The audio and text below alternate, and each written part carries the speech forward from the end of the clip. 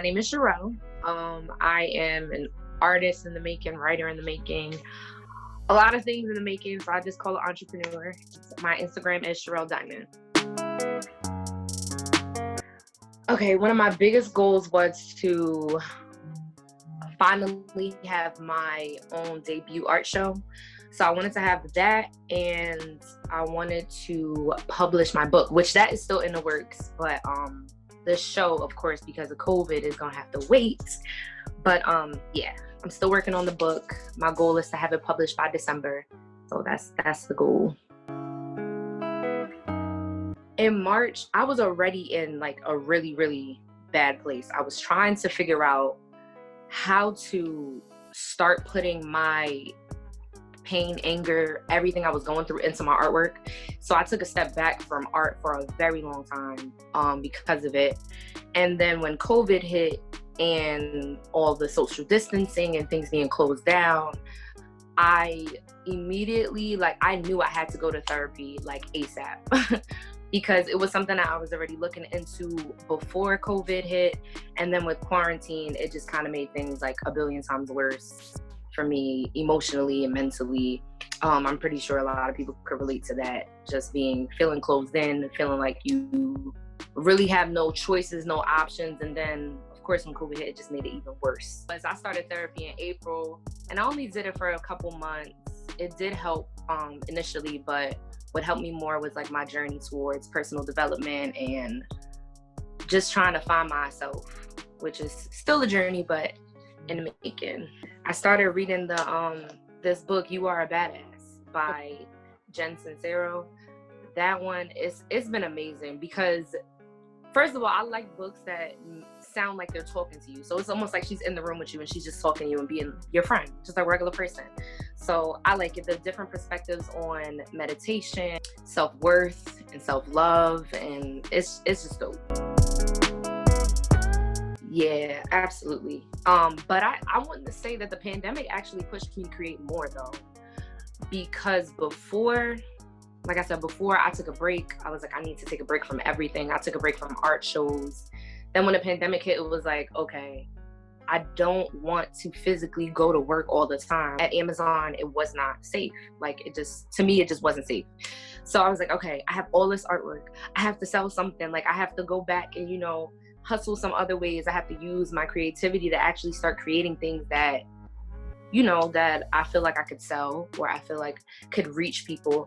And it was a block. It was really a block, but I pushed myself to start doing it again. Mm-hmm. So COVID kind of pushed me back into that.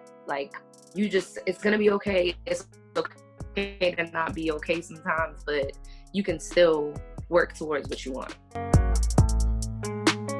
I want to say more motivated for sure. During the pandemic, I started a new business, and that business just kind of took me off. It's with this company named Monet. So with them, my art writing, I ended up leaving Amazon May, the end of May. I ended up leaving Amazon and just started to go full entrepreneur, because it's so much different when you're working for yourself. And mentally, I needed that break from that place. I was like, I can't do this no more. I think that it motivated me a lot more, because there's so many things that I'm doing now that I wasn't doing when I had my own art business, when I was running on a regular and going to art shows. There's so much more. Mm-hmm. And I'm learning that to take the smaller steps to get to where I want to be, because I was trying to just skip everything. I'm gonna just go to a show, or I'm gonna just sell here. I'm gonna just do this. And I skipped the getting into a groove of creating, getting into finding my inspiration and my style. I try to skip all of those things and then piggyback later. I don't know if you could relate to that, because I would always just jump into all right, there's an art show, I need to create for the show, and I didn't give myself that time to have my own space for me. Right now, I am pretty much starting from scratch. I call it starting from scratch because I've been reading a lot of books on development with my art. So I don't know if you heard of Her name on Instagram is Addie Raw. She has this business called Art and Ambition Studios. It's a program that she has for all Black artists and creatives to come together, and she gives like gigs. She has development for your business and things like that. But it's called How to Be a Hungry Artist. And so that's just pretty much what I'm doing right now to develop, is just go back step by step, see what I need to do, what I can improve on, and reflecting a lot more and journaling my process, because a lot of the times I can't even tell you how I created this, or I can't even tell you what was going on in my mind. I want to be able to go back and track it and see where I was in that place. Ooh, I think that it definitely, I feel like it's different for everybody, but for minorities, I really feel like it took a toll on mental health more than anything. I don't want to speak for everyone, but I definitely can say that for me, my family, and the people in my life that are minorities, they definitely took a big toll on mental health. But in Black culture, I feel like we don't really put much attention on mental health. So when things like this occur, nobody really knows what to do. I always say to my friends, I'm like, everybody just tells me like, oh, you're gonna get through it. Like family, like you're gonna get through it. You're gonna be okay.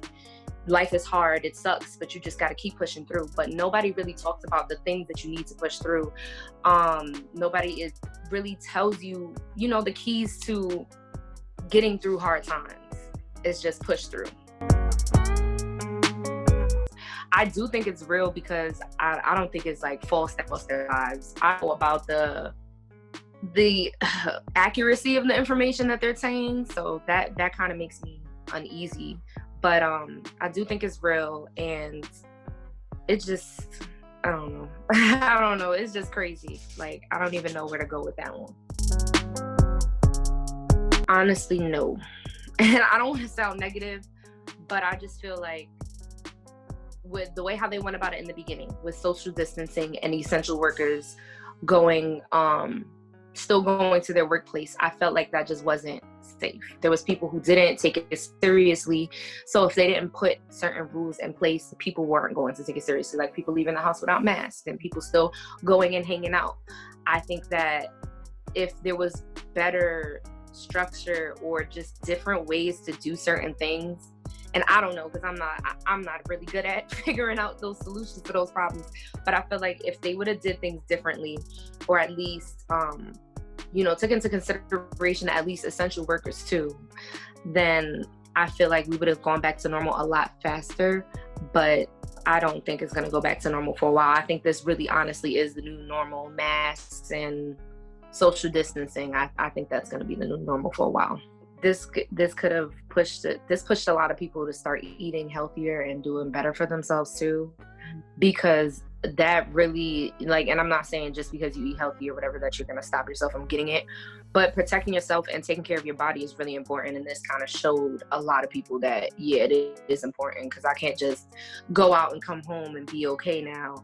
I should be taking vitamins. I should be eating more vegetables. I should be, hydrating myself and drinking water, and not just, carrying on with no cares. And so at least that's what it was for me too, big time, because I've been talking about changing my diet. Oh, I'm gonna change my diet. I'm gonna do this. I'm gonna be healthier, and I'm gonna, and this was just like, okay, yeah, you can't just take vitamin C at nighttime and expect everything to be okay. Yeah. Like you gotta actually work towards, taking care of yourself fully. As even with something as simple as your phone. I always said this one because it would be mind-boggling to me when I would go into Walmart and people would have masks on, or they would go like this and then they would touch their phone and put their phone to their face and have their mask down. And I'm just like, this is like the biggest germs of all. Like, this has the most germs. If you're not wiping your phone and sanitizing your phone on the daily, then it carries a lot of germs. And that's not something that we normally would have done, is wipe our phones down and, we just wash our hands and we're fine. But yeah.